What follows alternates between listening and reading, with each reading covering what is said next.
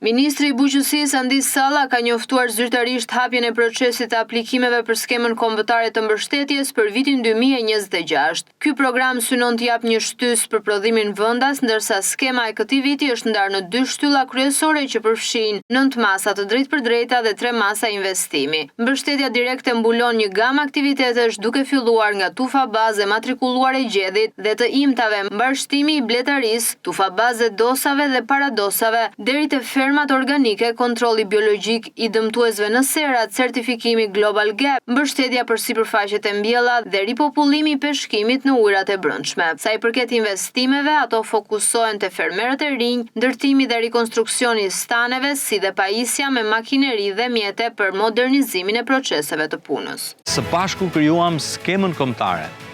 Është koha që të aplikoni për 12 masat mbështetëse. Me 25 maj hapim thirrjen kombëtare. Të gjithë të interesuarit mund të kryejnë aplikimin online përmes platformës e-Albania.